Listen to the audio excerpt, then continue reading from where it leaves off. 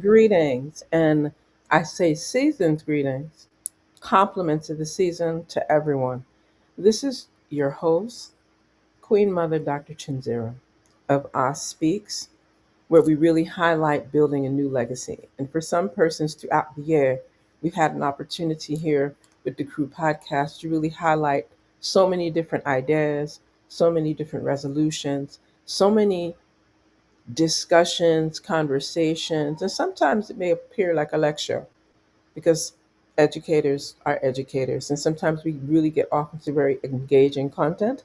And tonight, we really would like to simmer as we get to the close of the year 2025 and encourage persons to take a very deep breath, hold that breath with sacred intention, and release.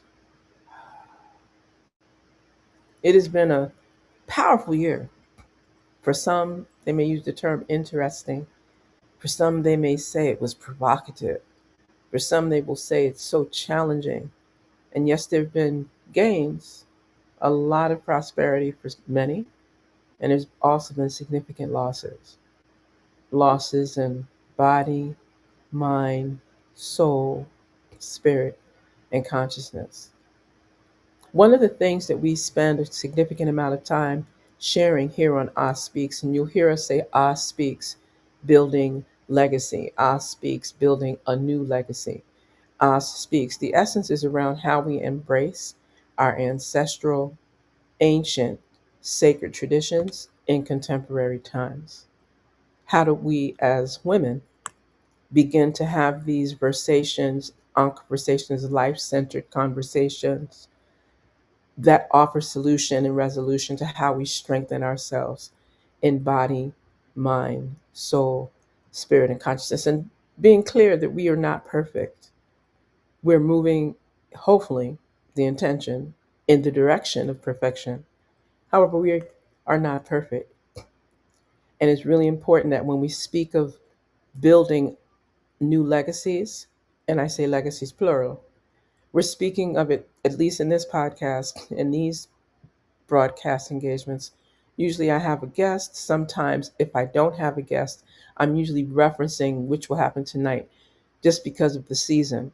There are so many pieces of activities happening during this time. People are preparing for a variety of light centered, seasonal change centered, end of the year centered, beginning of a new year centered activities. And I'd want to highlight that when we speak of building new legacy and just building legacy through a lens of our ancient, ancestral, sacred traditions, us speaks. We're also speaking of it through a lens of an interdisciplinary form of engagement, an interdisciplinary transcultural media exchange where we have conversations, life centered discussions, conversations, reasonings, gatherings. We also speak about the actionable deliverables that people are involved in. What are you doing in 2026? When you speak of having a resolution, which is very customary during this time of year, what does that manifest and really look like? How are you going to be able to measure and offer an accountability tool to your resolutions that you speak of at the end of 2025 when the end of 2026 comes forward? Granted that your life remains in place during that time because we wish for the best. The other part of talking around us speaks building legacy. Throughout this year of 2025, we've covered information and ideas that happen in the Caribbean, in the 48 contiguous US, throughout the Americas, from literally the North Pole to the South Pole, and everything between. We've referenced activities in Europe, of course, in Africa. We've gone to Oceania and other parts of the world to show a linkage, the rippling effect, the connectivity of human engagement, whether we've spoken of it through human rights or the violations thereof, whether we've talked about health, and wellness and care and compassion, or the imbalance and the lack thereof. Whether we've talked about peace and all types of peace building efforts that are happening around the world or not, when there's been forms of terrorism and genocide and warfare that are unparalleled in human history. We've had a chance to raise some of these conversations and to listen to how many of our sisters and brothers have offered ways of learning, ways of thriving, not only surviving, but thriving through many of these global affairs. We've looked at it from a microscopic level of some of our individual losses and gains, what has happened in our families, both biological, extended, and spiritual, because they are slightly different. We've looked at our communities, whether we are in the Western Hemisphere, the Eastern Hemisphere, the Northern Hemisphere, or the Southern Hemisphere. And we've also looked at things through a lens of things that are regional to compare them. And we've also taken some time to just breathe and be settled and explore ways that we can show respect for one another in the midst of living in an environment that is changing every squinette, smaller than a second of the day. With that being said, that's why tonight my deepest intention as the host of Speaks, Building New Legacy, and then highlighting the vibration around knowledge and power and prosperity and truth, justice, order, reciprocity, divine righteousness, balance, and harmony through a lens of those several principles are an integral part of the ancestral feminine principle of Ma'at. I encourage persons to, as they're progressing through this shift in the Gregorian calendar, because remember, we're speaking of the Gregorian calendar coming to an end on December 31st and opening up the new Gregorian year of 2026 on January 1st. Because in Ethiopia, it's a different year. According to the Dendera, there's a different year. And many others. There's a Mayan calendar. There's the Japanese.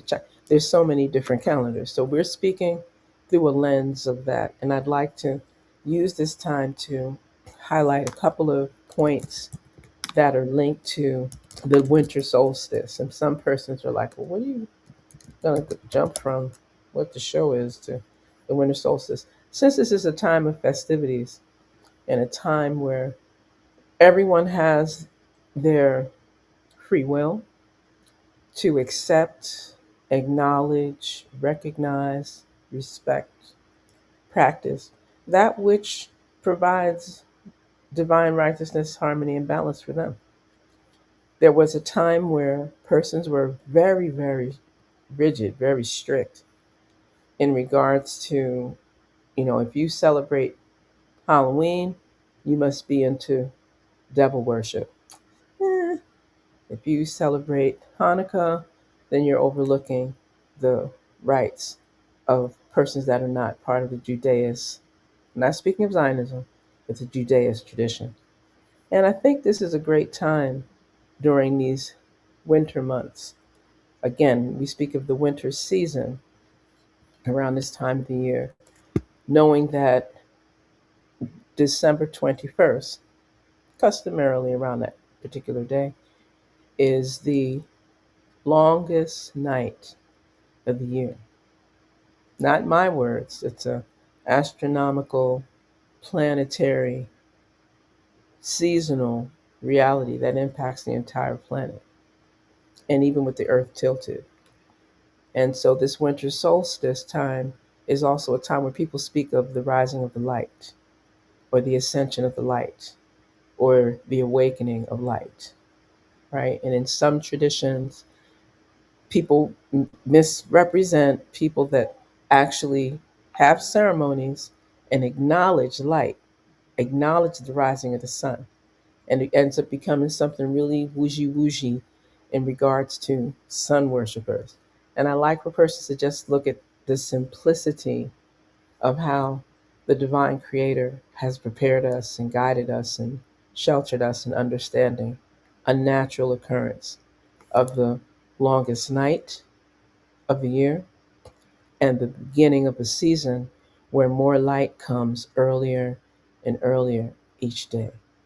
I think that it's really instrumental for us to respect, recognize, and at least just acknowledge that. And for those that would like to know more information, I really encourage you to look at some of the very engaging information around what is the winter solstice, not the heebie jeebie side. You know, just look at the essence of where some of the words of light, words of positive practice are acknowledged. So I'll share a particular piece from a colleague scholar who has spent some time looking at this season during this time of the month of December in this Gregorian calendar. And for some, the significance is always linked to, quote, the first day to lengthening most obviously after December 21st, typically the shortest day of the year, is the day of the winter solstice. Please understand that the ancient Kemites have always believed in one supreme God, or rather expression of divine life force, as stated in the book of the coming forth from darkness into light, Pertem Huru. And that was written and revised, excuse me, six, excuse me, 6,000 years ago. I'll continue the quotation. Nevertheless, the spirit of life from the Creator exists in all things, and therefore we honor this manifestation of the Creator's life force, Ra, in the sun. At the midnight hour on the very first minute of the 25th of December, the birth of the sun is commemorated. Beginning on the 21st, the period of sunlight in each day increases. Thus, the sun appears to have been born again from the short periods of daylight in the preceding months. At this time, the sun was in the zodiacal sign Capricorn, which was known as the stable. So the infant sun was said to have been born in a stable. Shining brightly on the meridian was Sirius, the star from the east, while rising in the east was Virgo, the Virgin. The line of the horizon passing through her center to the right of Sirius was Orion, with three stars in his belt. These stars lie in a line and point towards Sirius, and in ancient times they were known as three kings. Unquote. Now, this is coming from a post that had been shared amongst several of us that have been studying this astronomical reality, what takes place in the month of December. Again, respecting the seasonal transformation around winter solstice. But this is based on teachings that were published, and you can easily find them in the Asara Set community, and specifically through the work of the founding elder,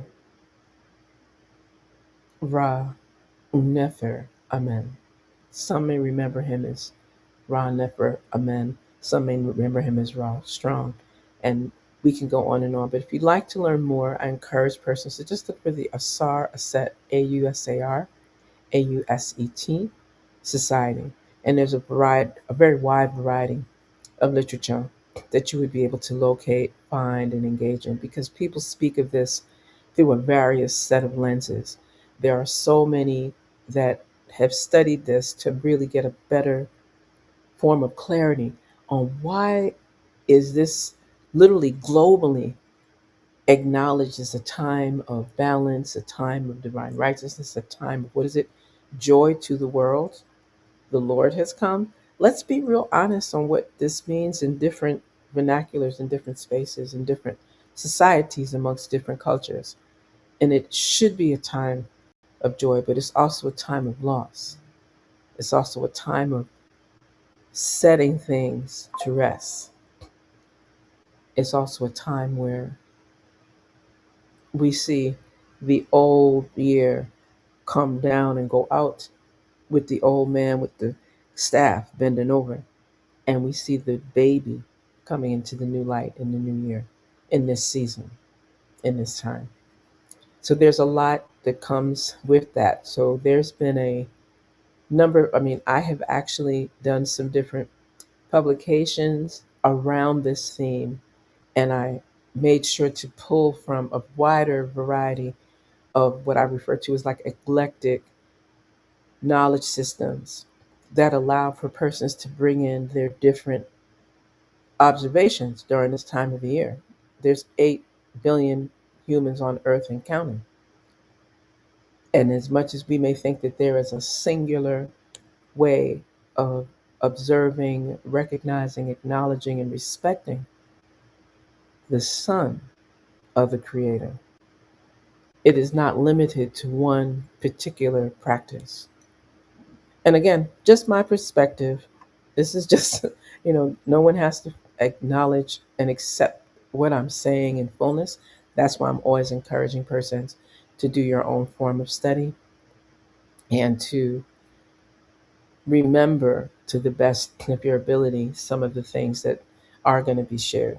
Sometimes when persons think of this season, it's also a time in some vernaculars amongst the Kemites, ancient Nile Valley civilization. There is a connection to Khnum. Khnum is the deified one that's on the potter's wheel, the potter, the one that does forming, the one that molds and works with the creator in terms of creation. And there's a lot that comes with that. So I may read some of that a little later, but I really like to get back to the point at hand so that persons are comfortable when we talk about the winter solstice. And just notice that this is a time everybody gets into cleaning. Everybody wants the new year to come in with their house clean, and they want things to have light. And they make sure that persons can see light outside their house. I mean, some people really go all out. So their decorations, it looks like whether it's Christmas in totality, they've got the reindeer. It could be in the tropics. They're putting in fake snow. They've got it going on. They've got the sleigh. They've got the whole nativity scene. And then they've got snowmen. So you know what it's like to see a snowman on someone's porch in the middle of the Caribbean tropics?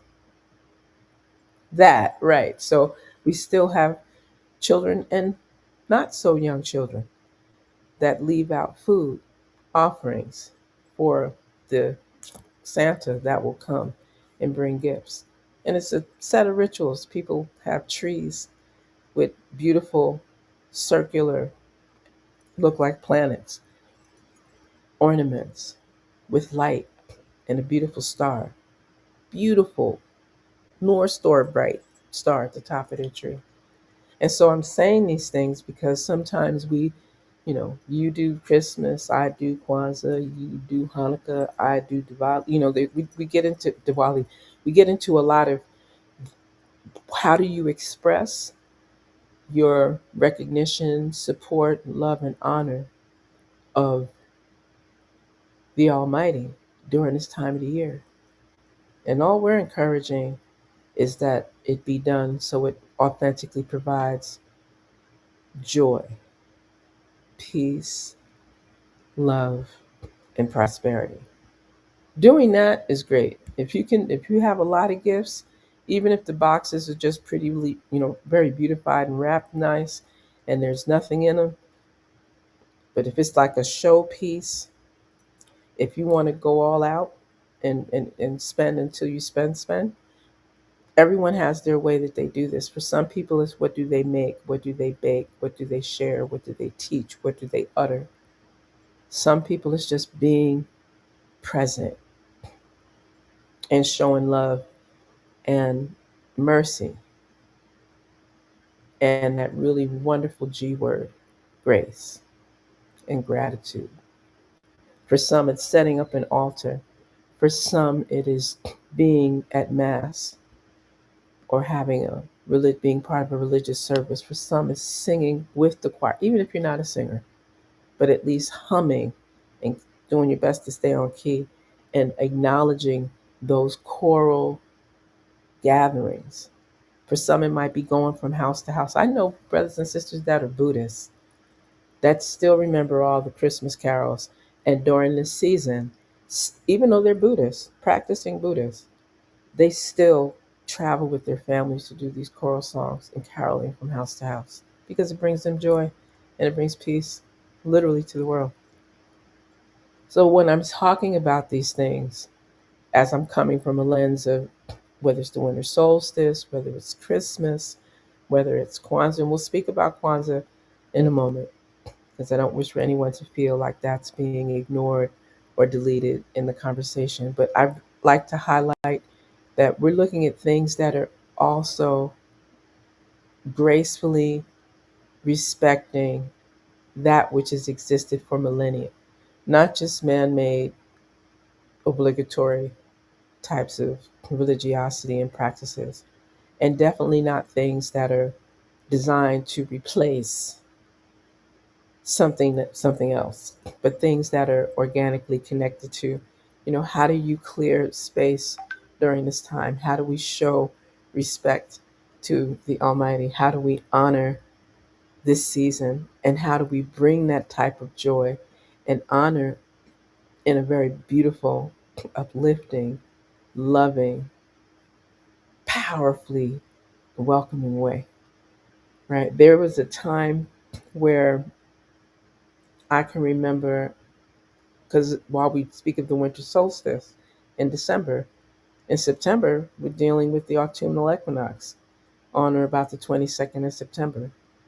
In the summer, we have a summer solstice on or about the 21st of June. And notice this is when the seasons change in accordance, particularly for those living in the northern hemisphere, they have distinct seasons: spring, summer, autumn, winter, right? And in the spring, the equinox, equal days, equal nights, is on or about the 22nd of March. And this particular season gives us an opportunity to not only celebrate moving out of the quote cosmic darkness of the year and moving into the cosmic light, with the new year and new beginnings and the opening of light. It also allows us to recognize the significance in terms of ceremonies that are done around this time and the solemnity, the balance that comes with that. For some people it's going to be joyous music, singing, etc. For others it may be complete silence. For some it may be a time of fasting and meditation. Many people will fast, well, they need to after observing certain holidays in November, like Thanksgiving, where there's a lot of feasting.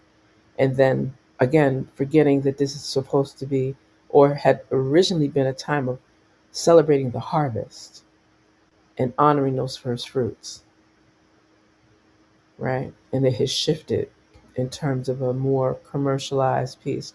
And what I love is that people are still, regardless of what the intentions were, how these holidays started, if we look at some of the work, and I encourage people to look at publications like African People and European Holidays, volumes 1 and 2, by Reverend Dr.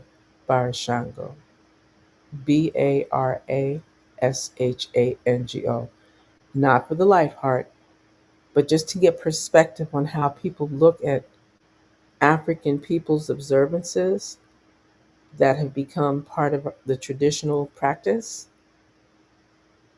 but they're grounded in very European holidays that not always were designed in the best interest of people of African ancestry, right? And it's important to see that. Some persons don't celebrate anything during this time of the year because they have practices that do not acknowledge man made holidays. They don't celebrate birthdays, Christmas, Halloween, Thanksgiving, Valentine's Day, any of it. However, they still give recognition and honor to the illuminated Christed one. I just need all of this to simmer for a second because broadcast tonight is really about opening space and for us to expand to a place of wellness, upliftment, and understanding. Again, I'm going to say it like I started. We are not perfect. We're moving in a vibration of perfection. And I say this from a space of honoring those elders still amongst us that still grace us with their presence and give us honor and recognition and wisdom and direct guidance, whether we like it or not. And I give thanks and praise to the young people, the younger generation that have the drive, the passion, and wisdom and understanding. That even though they know that some of the things that they inherited are really not the best, outright messed up, jacked up, that they still have a semblance of respect and honor for those that are their physical chronological elders, as well as those that are elders in spirit, and that reciprocity between these intergenerational dimensions and spaces prayerfully will be improved as we move forward with deeper awareness and understanding. I always highlight a couple of things around this time because when we talk about these sessions and processionals, I want to highlight this small portion, and this is coming from some of the work. And again, some of this is research that many of us have done together for some years. Some of this is coming. I also encourage persons to look for MAAXERU,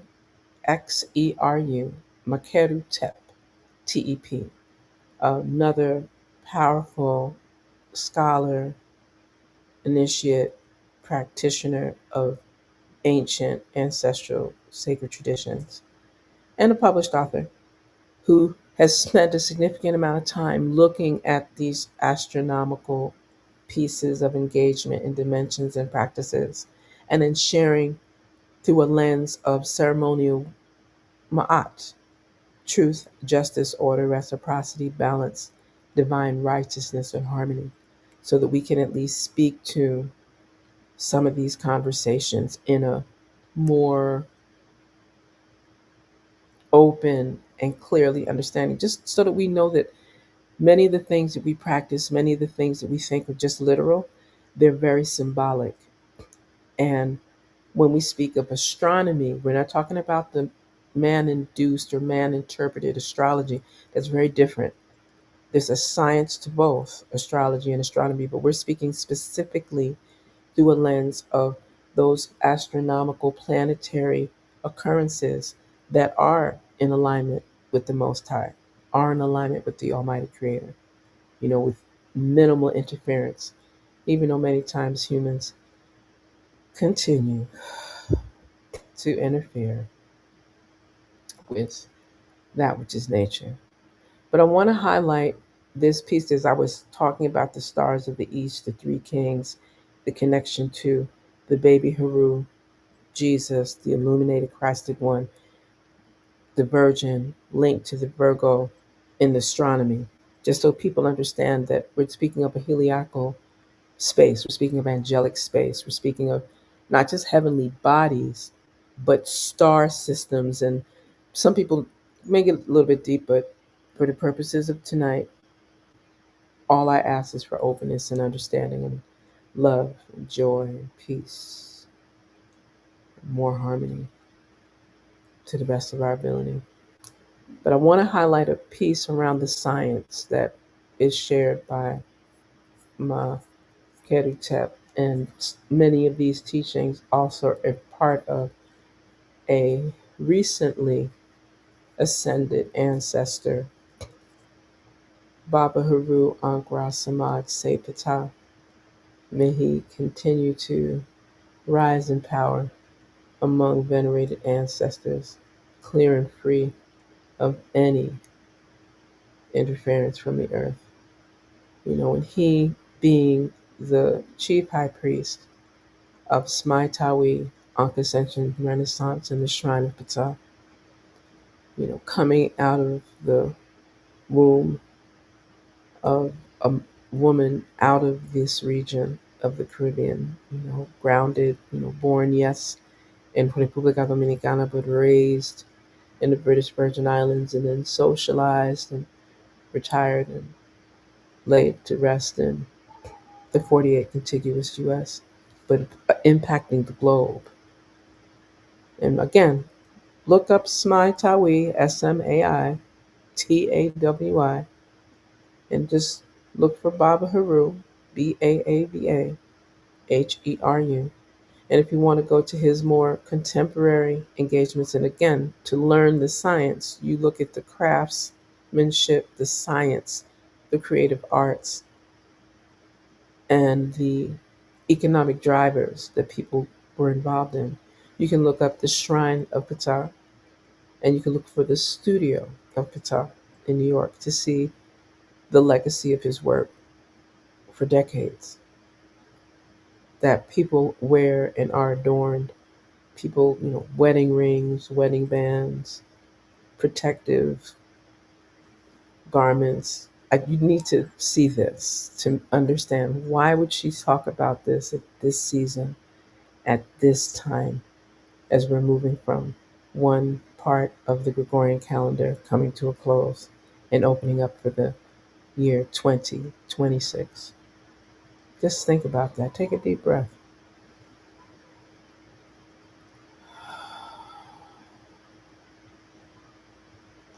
That one. So we're going to do a moment with some mathematical computations just to give it some credence for the techies out here, yeah? The other rotation of the sun is called precession, or precession of the equinoxes. The precession route of the sun moves counterclockwise back through the entire celestial sphere, which includes the 12 zodiacal constellations or ages. The precession is caused by the slow, wobbly rotation of the Earth on its own axis. The Earth wobbles or proceeds at a 23.5 degree tilt. It is this 23.5 degree tilt that creates the four seasons of the Earth. The Earth's full 360 degree rotation on its own axis takes about 25,920 years. I'm going to say that part again. The Earth's full 360 degree rotation on its own axis takes about 25,920 years.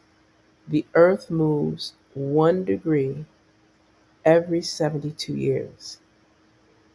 People refer to that as conspirators of Sukkot or Set. And 30 degrees every 2,160 years. You need to remember those numbers. 25,920, 1 degree, 72 years, 30 degrees, you can do the math, 2,160. The 30 degrees stands out because the sun, as Haru, the Christed illuminated one, stays in each of the 12 zodiacal ages for 30 degrees or 2,160 years before it moves to the next age. That is why the numbers 30 and 12 are so important to Western religious theology. It is said that the mythological Jesus, as son, had 12 followers, and at the age of 30, he was baptized by John the Baptist, and then went out to preach the gospel. So again, you see something that's very theological that is really linked to something that is astronomical. That's why it's important to know that science, not to negate either portion, because perspective and how 8 billion people see this will never be the same. It would be lovely if it were, but it won't be. Not in this particular iteration. So I bring this back to what is shared here in terms of looking at the creation concepts through a Kemetic Nile Valley. And when I say Kemet, we're speaking of the northern portion of the Nile, recognizing that Kemet is the granddaughter, or probably the great granddaughter, because you need to also look at Nubia. You need to look at Kush.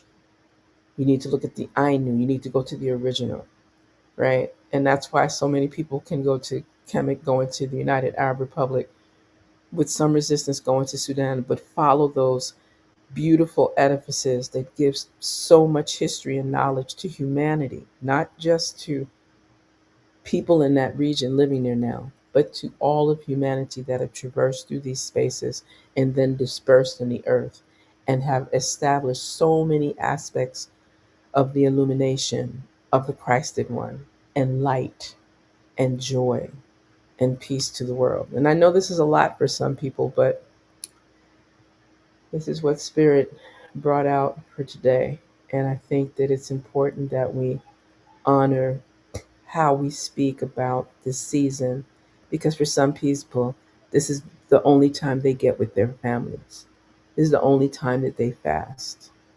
This is the only time that they go into a space of reflection and love and joy. And we want to honor and respect that. And I think that that's really critical that we do that. And yes, we were having a power moment. So you'll hear me tuning and moving, right? But I want to highlight a few more things before we leave tonight. And I want to thank the Crew Podcast for just giving persons like me a platform where we can actually talk about these types of things and share this. And if it provides some degree of strength, or if it raises more questions, share the questions. Send the emails to ASTSpeaks, ASTSpeaks at Gmail, or you can place certain things right into our respective chats. With the Crew Podcast, we will be returning. We have some special broadcasts. Please continue to tune in and listen. With the Crew Podcast, there'll be more podcasts from our very powerful hosts throughout the next week and change. And then there'll be a moment of reflection in January while everyone is pulling things back together. We'll be featuring starting fresh and new in February. And we look forward to you supporting. And when I say support, support, invest, and promote. So if you see hashtag SIP 365, that's what I'm speaking about. Can't speak for what they mean elsewhere. But when you see that in any of Queen Mother Dr. Chenzira's platforms, SIP 365 or just hashtag SIP, I'm speaking of support, invest, promote. One of the things we're very good at is listening to people sometimes, or I should say, exercising hearing. Because if we were listening, we would not have to be reminded to provide resourceful support, resourceful investments, and resourceful promotion of things that you benefit from, things that help you think, things that help improve and increase your journey, your trod into perfection. And that's what I will share with that part for now.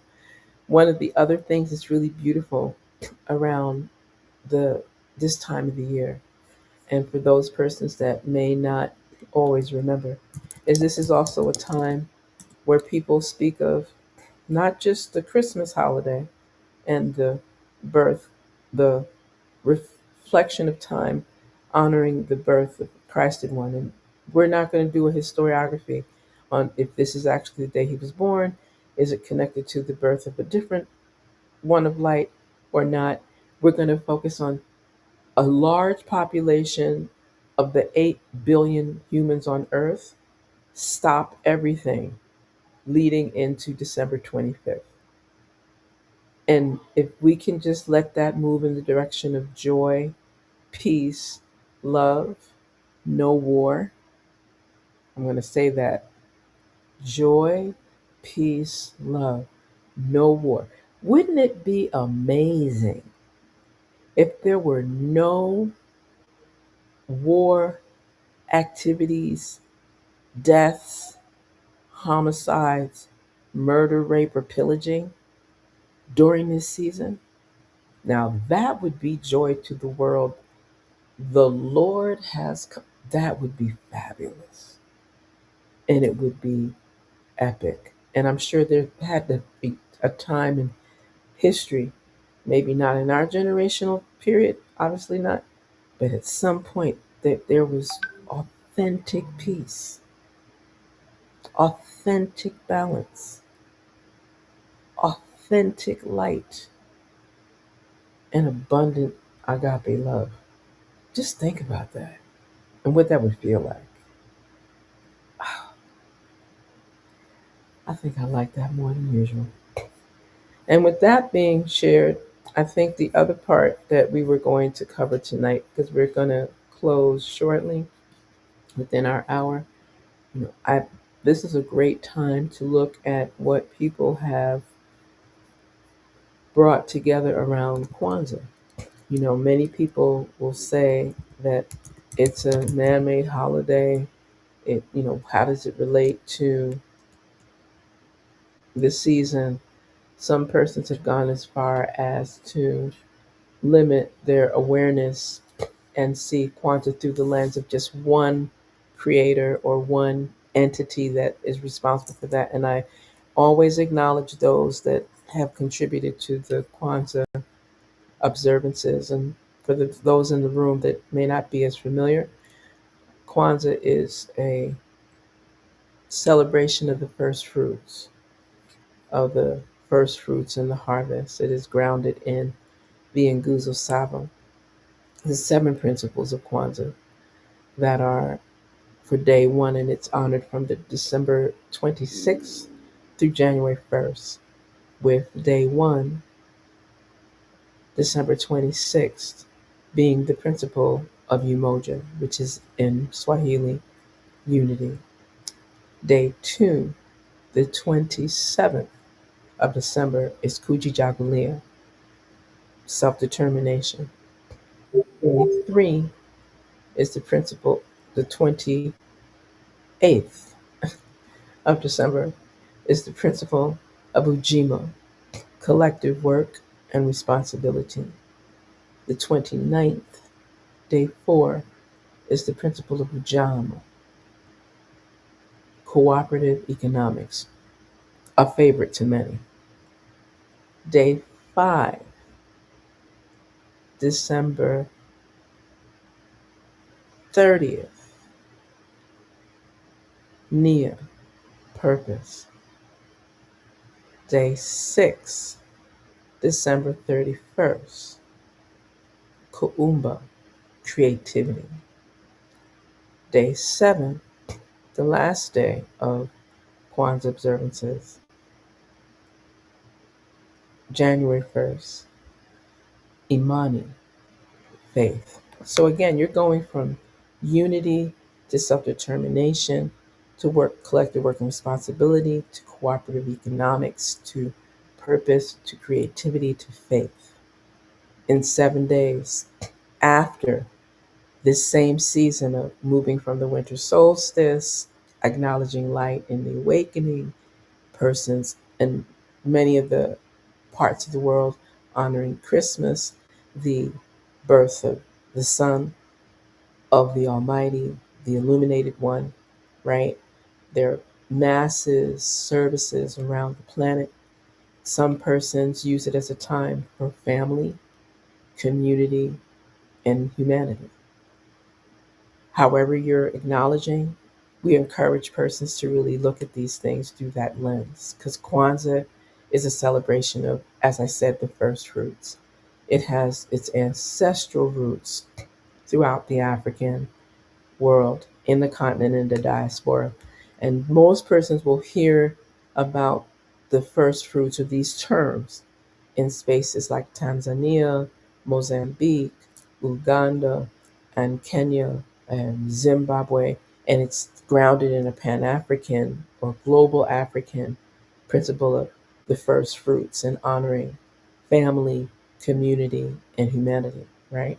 So it's important, and I use this particular piece. I encourage persons, if you don't know anything about Kwanzaa and you are a celebrant during the season of various holidays, there is a wonderful film that was done, yeah, it's been over a decade, by M.K. Asante II. It is called The Black Candle. Again, you can go on YouTube and find that particular film, but it's good to have your own clean copy to share so persons can know a little bit. Plus, some of the narration that's offered by Dr. Maya Angelou is pretty lovely, right? But I think it's important to know that, and I quote, this is from Dr. Mpundishi Hassan Kesalim Jehudimis of Black Gold Press. He has a publication called Spiritual Warriors or Healers. And it's important for persons to look and see, quote, Kwanzaa was not the name that was used by these societies for their first fruit celebrations. As such, the first fruit celebrations in ancient Kemet was called Pert and Min, the coming forth of men. Among the Zulu, Umkosi. Among the Swazi, Inkwala. Among the Matabele, Inkwalula. Among the Thonga, Luma. Among the Love, Thegula. Among the Ashanti, Afahye, or Oduiro. Among the Yoruba, Eje, Orologin, or Orun Ijesu.